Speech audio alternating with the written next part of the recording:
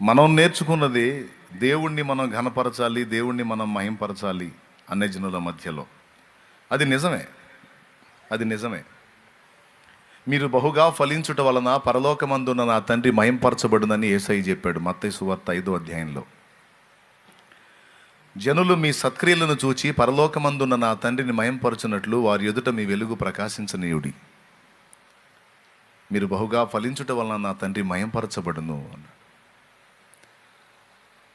ఇతరులు దేవుణ్ణి మయంపరచాలంటే దేవుని పిల్లలమని చెప్పబడుతున్న మన జీవిత విధానం క్రమంగా వారికి కనబడితే అందులో దైవిక ప్రేమ, తగ్గింపు, దీన మనసు, త్యాగం, దయ, దానం, దాతృత్వం, మంచితనం, ఆశను నిగ్రహించుకొని బ్రతకటం మొదలైన శుభ లక్షణాలు మనలో కనబడితే మనకి ఈ లక్షణాలు ఎలా వచ్చినాయి, ఎవరు ఇలా మనల్ని చెక్కింది అని ఆలోచించి మనం ఎవరిని సేవిస్తున్నామో ఆ